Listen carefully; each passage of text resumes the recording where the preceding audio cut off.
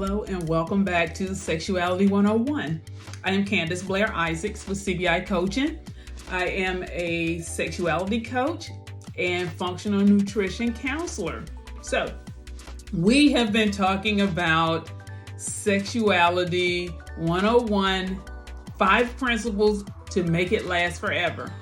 That is making sexuality in your marriage last forever.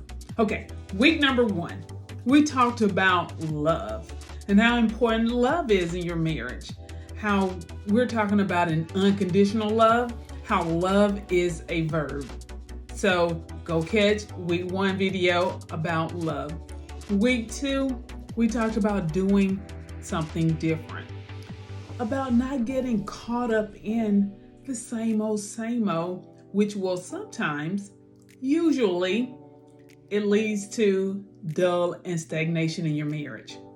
Go catch week 2 and catch that one. And then we talked about intimacy.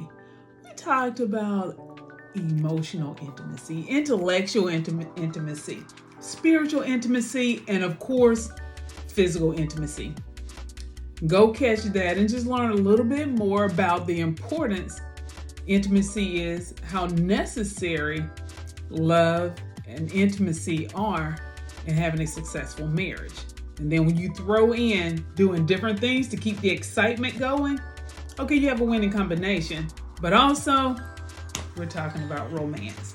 Okay, romance.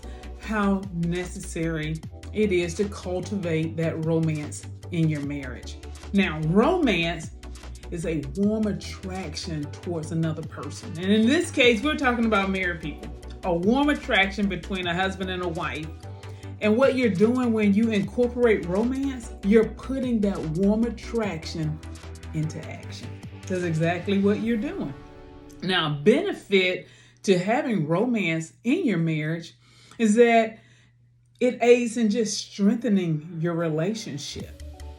It helps to keep you from being in that dull and stagnant phase. Now, we know and understand that with relationships, and as they grow and as life just happens, you will have a tendency to want to fall into those little dull and stagnant areas, but we have to have a nice balance. Some things are okay to be routine. Okay, we routinely go to work, we routinely shower, we routinely brush our teeth before we go to bed and when we wake up in the morning.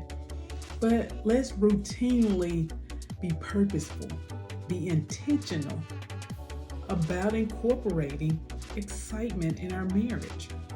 The best relationship we should have here on earth with another person is that marriage relationship. So romance, it is a reciprocal thing. It is not, and for some reason, you have some people who think the husband has to always romance his wife. When you love a person, it's going to be reciprocated. So wives, you have a part to do in this as well. Show your hubby how much you love him by being romantic. Put that warm and fuzzy into action.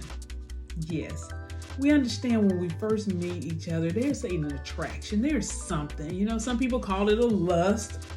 There's an attraction.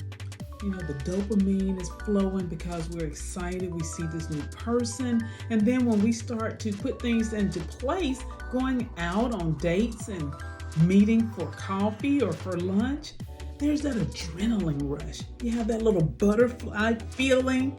Yeah. Sometimes you feel a little nauseous on your stomach.